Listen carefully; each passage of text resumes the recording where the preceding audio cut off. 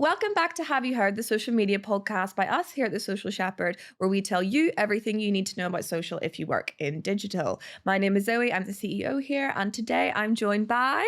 Scott, I'm a senior social exec. And I'm another Zoe, and I am a social media director here at The Social Shepherd. Fabulous. Thank you for joining me both. We're going to have a little bit of a chaotic podcast today. It's a busy time here at The Social Shepherd. We've got campaigns, we've got pitches, we've got everything going on. So Zoe's going to have to take a little break at some point in the podcast. She's got approvals to do that can't wait because something's going live. So bear with us. But that's probably an interesting place for us to start, actually. It is busy at the minute. Very busy. Mm-hmm. Yeah. Lots of stuff going on, lots of campaign stuff, which is really exciting for us as well. One of our biggest campaigns going live as well this week, which is huge. And the team's done such an amazing job. So well done, everyone. Yeah, the team have really rallied together, and we've got a little Party. internal party that we're doing that's like Shindig. theme. So it'll be really cute. And the team are doing a great job. We're doing a lot of work internally, actually. I think every time we have a campaign, we're gonna have like some type of activation in the office now to try and like we're living the Our own campaign. mini out of home activation. Yes. I like it. Cool. All right. Well, let's get into our industry updates. These are new to us, so thank you for being patient with us. Hot off the press. So 2 tests for Reels. So audience feedback for unpublished Reels. Instagram is currently testing a new feature that would allow users to share a preview of their clip with friends and get their input. I said that was embarrassing. I'm not doing that. So Scott's not doing it. I'm not doing Do that. you ever like send your friends like your caption and be like, oh, is this a good enough caption? It's normally you do it when you're on holiday and you have your like Everyone's on a Instagram sun lounger time, with don't you? them, And you're like- like, right, what do you think of this before you upload it? But I don't group chat my captions. No, also most of my friends work in social media, so I'll be scared I get rinsed. Do you know what I mean? No, I don't want to be amended. Also, the but I like my pressure of friend, do you know what I having mean? approvals, I'm not please. sending it for a round of amends. So I just want you to see it and maybe like it. Like, I don't need approvals and amends. I don't know who's doing that though. Also, is it just to your close friends or does it have to go to all your friends? Because I feel like if I could put it to my close friends, I think it would be quite funny. Well, yeah, even But like if if I brands did could, that, like, with Billie Eilish's if it has thing. to go to, if it has to go to all my friends, then that is a bit embarrassing. it says, so in the button, it says send a preview, send to friends to get their thoughts before you post it. No one can comment or share your preview. A draft will also be saved that you can access anytime. So if no one can comment, who's telling me it's a good reel? Who's giving me feedback? Yeah, I don't really get it. Is it just a teaser? Also, if you were looking at it from like a brand perspective, if they did that, you're not going to get any further reach because it will just be to their audience. So what's the benefits? I don't really get it at this point in time. I think when I initially read that, I was like, oh, it would be cool actually if you could post a teaser and see what the initial engagement would be on it. But if then it's you could your just do that friends- from a paid split test anyway. You probably get better from, say for example, you wanted to post a specific reel, you could test like 3 different headline thumbnails, for example, against each other in like an ABC test, see what had the lowest cost per engagement. Like there's other ways around doing that. I wonder if you get penalised on your reach as well. Because if everybody's seen it and then you publish reshare again, it to the public. people aren't going to like it if they think they've already seen it. Oh, you can also do it. So you reel sharing with non-followers. Yeah. So you can share it with people that aren't your followers to see. So this is the That's one that more I'd valuable. be more concerned about, the reach, because is it going to enhance that reach because it's going to be pushed out to people before it gets shared within your like smaller space, or is it then going to Into you. basically make it worse because it will go out and then it's just going to show it to your following? So I think that would be an interesting test to see when that does roll out. Yeah, I'm intrigued. I can't quite. I need to see how the algorithm's working with it and like what exactly it's doing. But then again, when it comes to testing, you could send 3 of the same versions out, not to your following, and then you can see which one's performing the best, and then you can post that one and publish it to get the better results. Would be helpful. Yeah. Like 3 different sounds more than a different edit. But how are non-followers giving you the feedback? If people can't comment on it, are you just purely looking at how many likes it's getting? I'm assuming it's just engagements on the post. Can they save it? I don't think they can save it now. So are we literally just saying going to be doing, we're going to tease this content, we're going to see how many likes it gets, and if it doesn't hit a certain amount of likes over a specific time period, then we're not going to post it, or we're going to tweak it in order to get more likes. It's like algorithmic testing. And I guess the platforms do seed like that. Like that's how TikTok seeds. So your content will go out to an initial like 200 people. And if they engage with it, then it goes out to another 200 people. So I guess you're kind of just manufacturing the algorithm for yourself. Yeah, exactly. I think that one's way more beneficial than your friends sharing it with your friends one. And I wonder if you can control how many people it goes out to. And how does it pick the people? Do you know what I mean? Because if it's picking the people in the wrong way. Yeah, it is interesting. More info needed. Let's speak to Mo. Mo is our meta rep, by the way.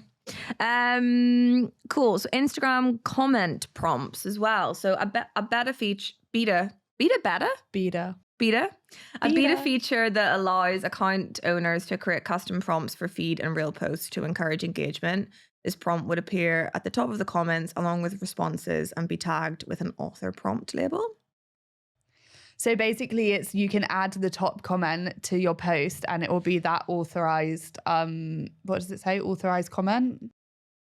Author prompt. Yeah, author prompt. So you'll write your caption and then the first comment would be your author prompt from yourself again.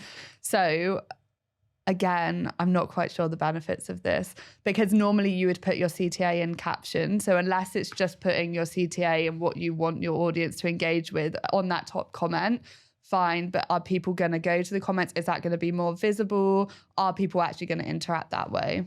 But again, you could test it against a normal CTA and caption versus that and see what results you get. I guess it maybe does,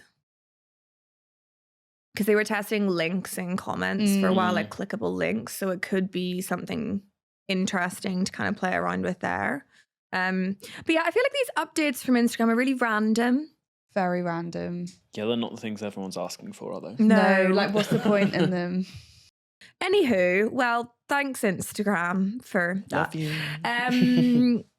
Meta AI training. Oh, so we actually talked about this the other week, but this last week, we've seen many Instagram users, including celebrities, sharing the same stories template, stating that they own the copyright to all images and posts submitted to Instagram and do not consent for Meta to use them in their AI. But that's not possible. Like, it's literally in the your T's and C's you've signed when you've downloaded the app, unfortunately. That's a bit silly though, like putting a story up just saying like, I don't consent to this. And also you're feeding the algorithm. It gives Facebook mum to me. All I saw was Facebook mums sharing the same post, being like, you can't have this is public domain, you've ticked the box. Yeah. I've got it all. You're also giving the algorithm more and giving the AI more to learn from by doing that. So actually you're probably making it worse than better. Yeah. In my opinion. I fight it. Did you see anybody do it? I actually didn't see anyone do it. You did? Who did you see? I'm not going to name and shame them on the We can bleep podcast. them. Just friends from like, when I say friends, or people like I sat next to in maths in like year 7. Oh, really? School. People were properly like, It's like sharing it against stories. Who's the tennis player? Rafa Nadal did it as well. I think there was an Add Yours as well, where everyone was like screenshotting the thing and it's like adding it to the sticker to be like, I do not consent. But what's the issue with it? I don't know. You already give it everything. I'm sorry. Some people put their lives on social, and it's like they don't want it to be used as a learning tool, but.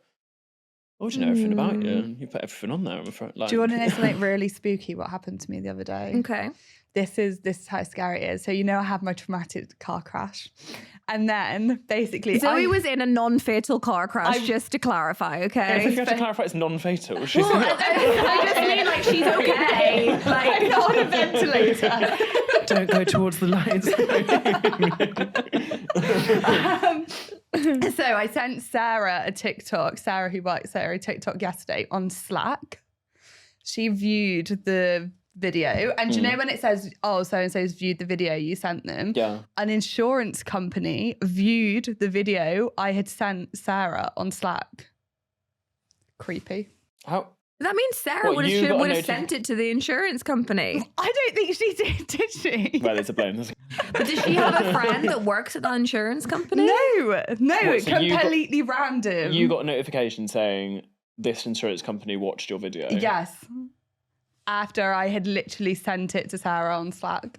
Do you know what, on this topic, my favourite thing, and you'll know an example of what I'm talking about, is when people get caught out, like, because you can see who originally shared. Do you know what thing I'm talking about with?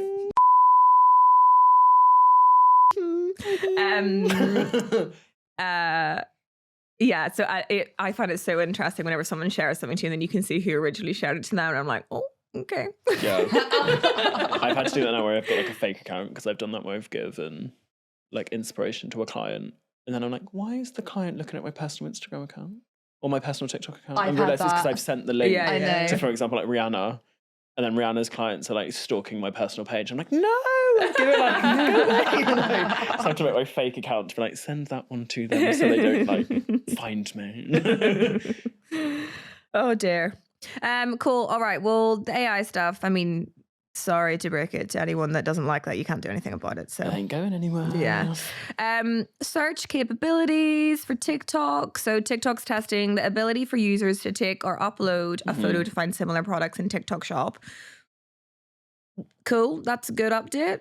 Yeah. I think it just shows it's turning more and more into a search engine, isn't it, basically? Yeah. And it's getting more and more sophisticated with how it does it. So watch this space. We're all going to be searching on TikTok. And TikTok search is like their biggest thing. Like they are literally like at Google's heels at the minute. Yeah. I actually spoke to Max and Rihanna about this last week. But social's a really interesting place at the minute because you've got platforms like Pinterest, which is considered a social platform. It's a search platform, actually. Because and the way that you manage your strategy on there, it's keyword jacking, it's like understanding all of that. So it's like, if you work in social now, you also need to be an SEO specialist, basically. Like they go hand in hand, and it's something that we're really working on internally. But it's like long-term strategies that are SEO driven, and then you've got some areas where you need to focus on virality, so then you need to focus on like key relevancy, and your SEO strategy isn't as relevant there, particularly if it's a cultural moment that you're tapping into. Like social is a complicated place to work in at the minute. Like it's not, best practice is kind of out the window because you can try and achieve so many different things. But yeah, I think what I was speaking to Max and Rihanna about was, are we gonna start splitting our channels or our channel strategies? Like, will we have a different strategy for the way that we report on TikTok Shop accounts versus those that are trying for that viral reach? Like, will we start behaving like SEO specialists in that way? And we only get access to a limited amount of data at the minute to actually be able to do that. But will we like be reporting like search specialists soon? Probably. I think that sounds fun. I love SEO. I think that's fun. SEO is great. I love like on TikTok SEO. when your traffic's like search is the highest, like, God. Thank you, little hashtags. Yeah, no, it's interesting. And the platforms are only kind of doing it, but it will shake up the agency landscape in particular, because if social agencies don't get on board with search, but equally if search agencies don't get on board with social, like search is becoming such a visual tool, whereas it's traditionally been predominantly text-based. And this is just an example of that, the fact that you can take an image and find something. I don't even know how you look at optimizing that. This might say something about my algorithm. There is not a lot I see on TikTok Shop that I want to buy. Same. Like it's a lot. Like it gives me Wish a lot of the time. It gives me like Shein. Temu. Is that what it's like? And it get like it's never.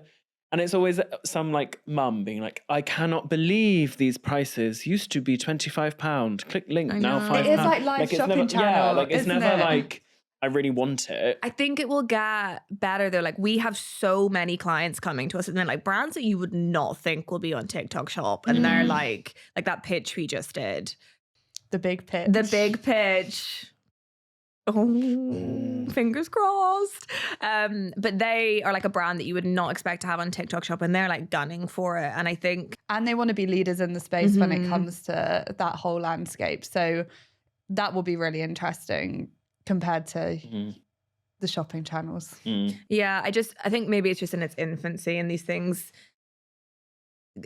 can be a little bit tacky in their infancy. Do you know what I mean? Yeah. And the difficulty is, and why so many companies find it hard to get onto is that, and I think actually consumers probably don't know, is that a company doesn't just set up TikTok Shop and then they just sell stuff through it and all of that money goes into their bank account. TikTok take a percentage of it. Do you know what I mean? Like it's a massive revenue stream for them as a company. And that can actually be the difficulty or the barrier, because then they've got to look, are we still going to be making the same margin on our products? If we put it on TikTok Shop, do we have to increase the prices? And if we're going to increase the prices, then would people not just be better to go directly to our website where we get that? It's very difficult for brands to be able to kind of suss it out. Does TikTok Shop have like customer service? Yeah. That they deal with it? Say if there's like an issue with the product that's being sold on TikTok Shop. It depends on what solution you're using for TikTok Shop. So you can be like fulfillment center. Yeah. So if you do fulfillment through TikTok, then they will be more supportive from that angle. But if you're doing self-fulfillment, then it's a little bit different. Yeah. Do you know one thing I don't understand is why have Instagram? Because you can shop on Instagram, but it's not as advanced as TikTok Shop and it's not used. Like people don't use it. It is interesting. I don't get it.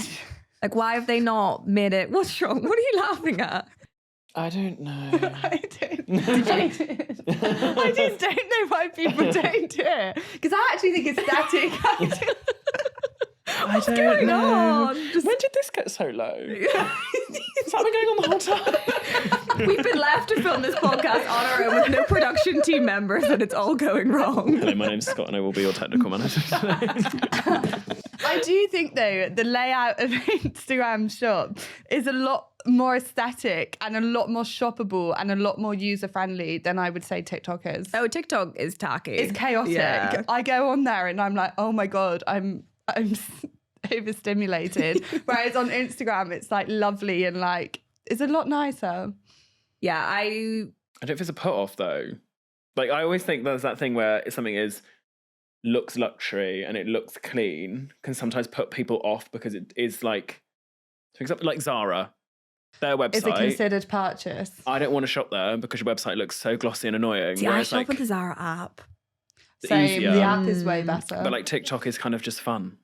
Yeah. Also, you're like 99 people to bottle, add to my basket. The price point Funny. is like probably the biggest thing, isn't it? Everything on TikTok Shops, what like the most expensive thing you ever see is like £4. I do think though, like, if Instagram was better in terms of the functionality to actually purchase on the site properly, and like if people could leave like product reviews on there and they built it up to be like that interest, I think people would buy on that platform. Do you think people trust TikTok more than Meta though in general?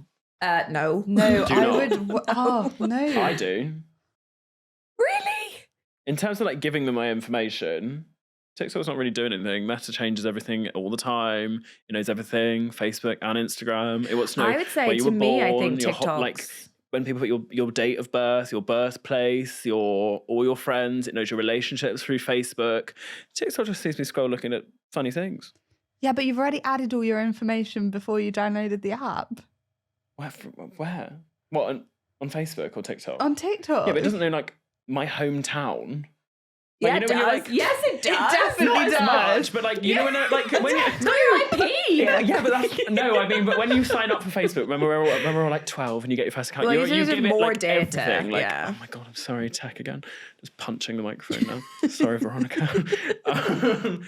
But I don't know. I think at TikTok I trust it more. Oh, I don't. I think TikTok are a little bit more elusive with some of their data protection and stuff like that. And I think it's just a symptom of Meta being a more sophisticated and like they've been going for longer platform. They've been through all of this stuff that TikTok is now going through. Like remember the court cases with like Mark Zuckerberg and stuff, and they were memes for years and everything. Loved it. I think it's just in its infancy. I think we'll get a lot more information once we understand what goes on with this US case with TikTok as well. That's going to go on for so long. Probably. Forever. We'll be talking about it. Doing our weekly until updates we're like every 50. week. Yeah. I want them to live stream it like Gwyneth. I'd love that. Oh, God. Would you not? No. When Gwenny P was live streaming her court case. So did she Johnny actually Depp as live well, stream her didn't he? court case? Yeah, it was on live. Oh, is that not a normal thing in America, Yeah, though? I Do think they it stream is. all Perfect. court We'll be cases? putting that on the big screen. We actually should. We When that should. happens, we should all sit round and have a viewing party. I'd love that. Okay. A viewing party. A viewing party of the court case of TikTok. I've already done in jury the US. service, to be fair. That was Can you 3 in the get morning. us, That would be Zoe, as CEO 3 now, in the can you morning. get us front row tickets, actually? Otherwise, we'll be must sat be in the office there. at 4 a.m. watching Fly us sleepover there. day. We're all watching the jury. Oh, okay. Our final update, that we'll get through them.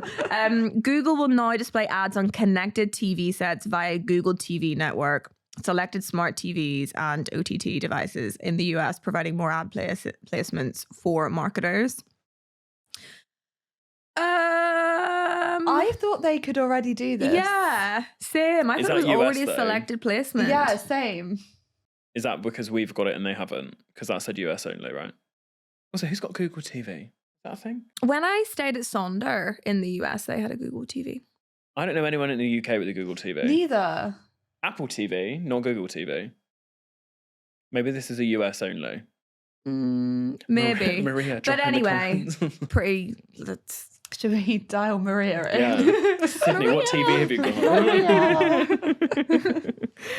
got? Cool. Well, that's nice for you guys, Google. Hopefully you make more money from that.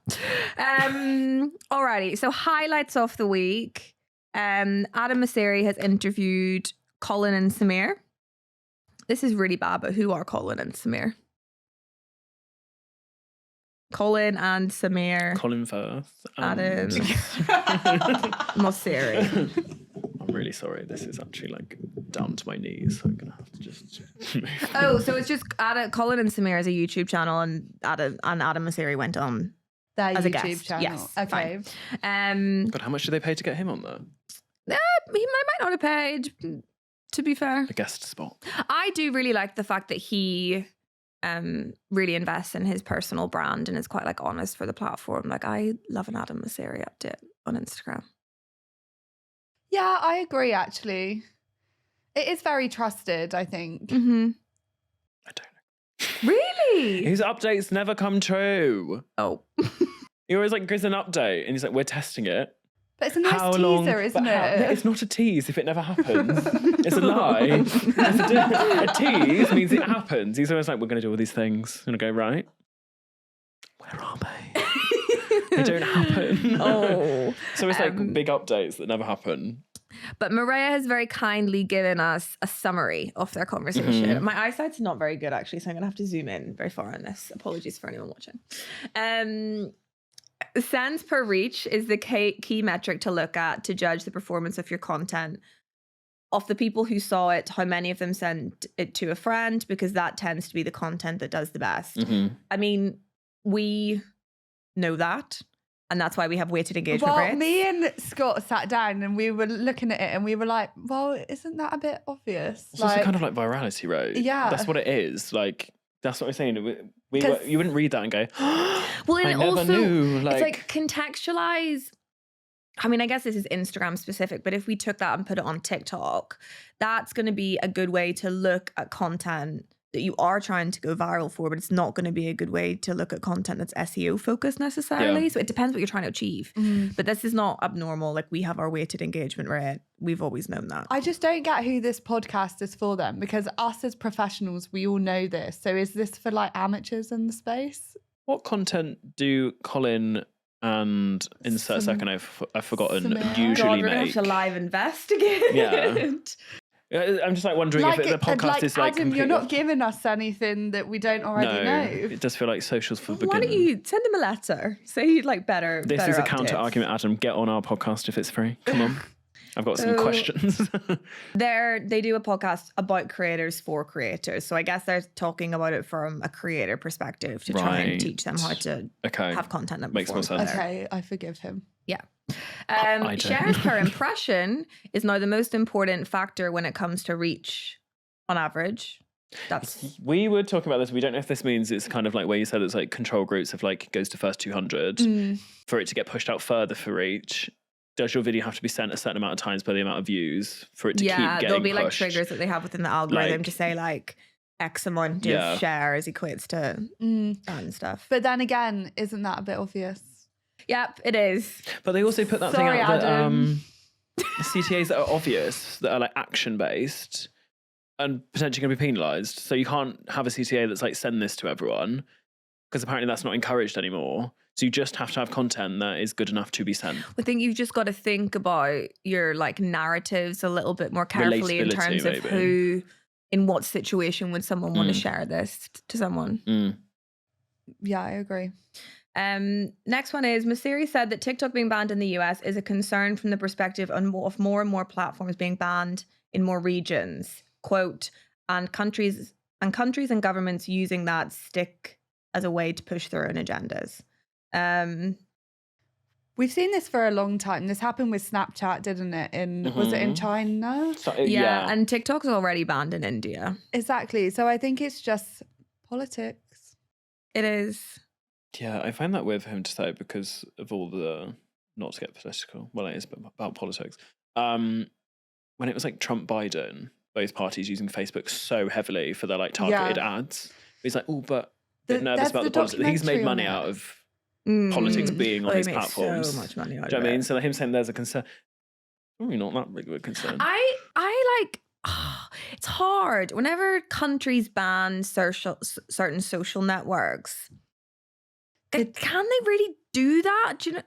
I think it just leaves room for someone to make the exact same thing with their permission to make money. I do if there's a privacy concern. If it's privacy or data oriented, Yes. absolutely, I can agree with that because you're like protecting your people. But if it's more of a control power thing, then You're just silencing the people. exactly. Let us have fun. I'm scared we're going to get sued. Can we stop talking?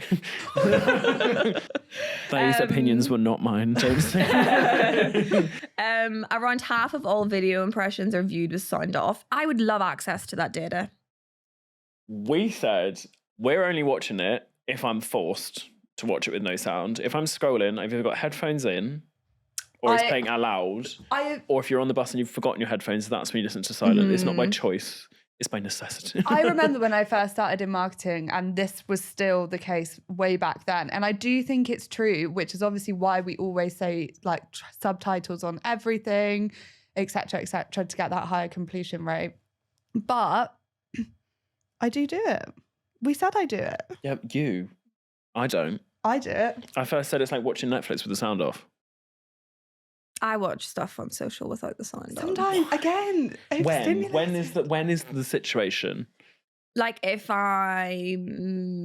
you're in public and like you're just like you want to watch something, but you're scrolling on the Reels tab of Instagram silently, or are you on your feed and there happens to be Reels? Are you actively choosing to watch Reels on silent? Sometimes. Well, these are the people that are 50%. I'm unfortunately the other half. And then finally from this one, Meta is prioritizing creators over publishers because we believe power is going to continue to shift from institutions to individuals across industries. I mean, that makes sense. I think we're having a lot of conversations with clients at the minute about how they can use content creators to help get their brand message across a little bit more. But it is still important. Like, you know, we're pitching for a brand at the minute and they literally only use content creators. And so if you look at their feed, it doesn't actually look like they're a brand. Like it's literally just, it could be any creator. It could, there's no identity there. So I think that's the biggest challenge is like, how can brands continue to be recognizable whilst they do have to have such a high portion of their owned content come from individuals and content creators. And I think creativity just has to be smarter. Like you need to just be like more distinctive, more disruptive to get that cut through. And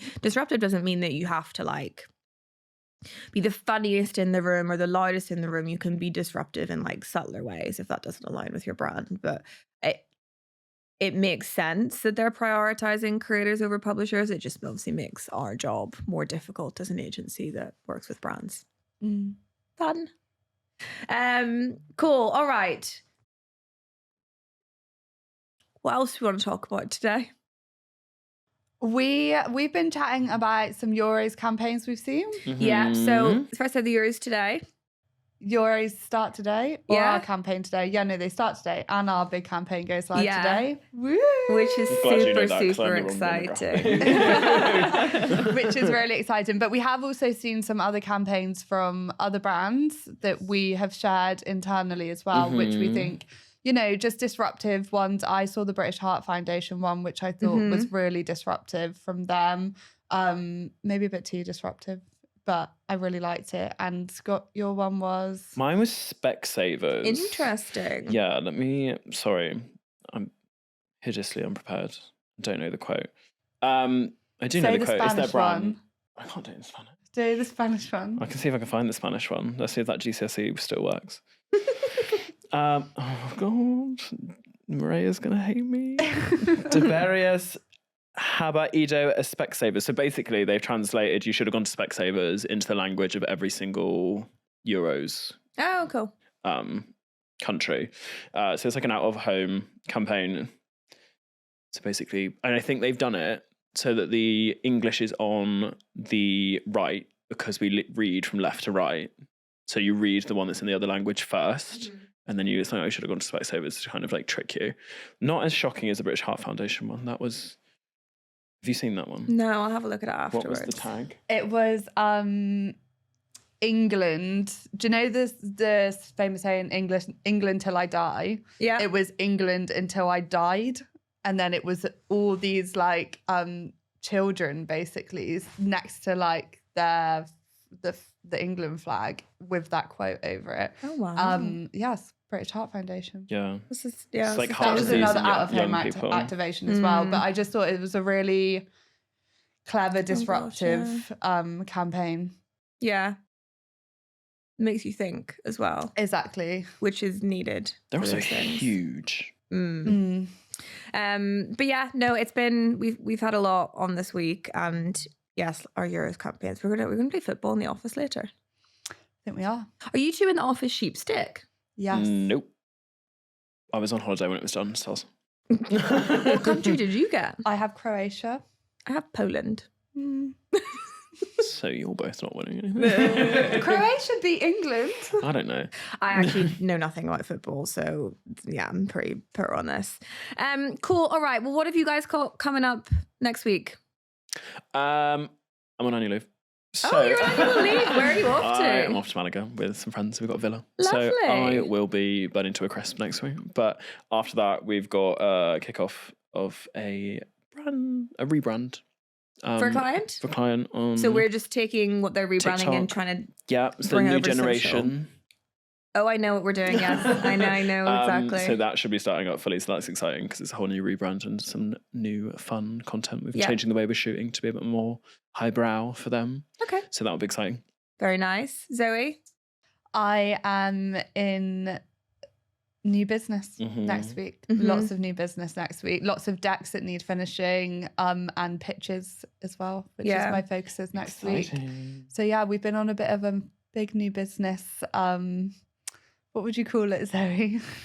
We just had a lot of inbound leads coming in. We don't actually do any outbound marketing, so it's a bit intense. We are actually quite picky about the leads that we take on as well. We just had a lot going on. Yeah. But one of the biggest things that heads of marketings and people that are like our pitch leads are coming to us for is that brands are struggling to manage this like global versus local approach. And what tends to happen is the global team has this vision for the brand, and then they try and execute it for social, and they force their local teams to have like, oh, you have to post 30% of your posting output has to be content from us.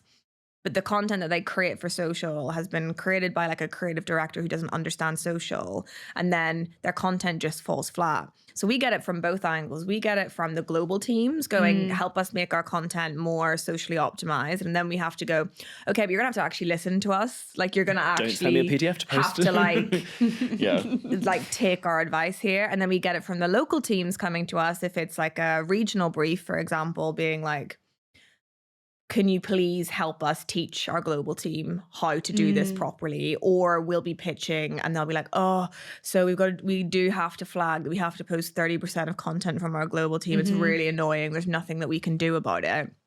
And in my head, I'm just sat there thinking like, there is an issue at the minute with local and global teams just not speaking to each other well enough. Because I'm like, if the global team could hear the local team talking like that, yeah, it would probably hurt the creatives that came up with the idea, but it would be better in the long run because they could work together better. I don't know, it's a very interesting concept. We've got a lot of that happening at the minute.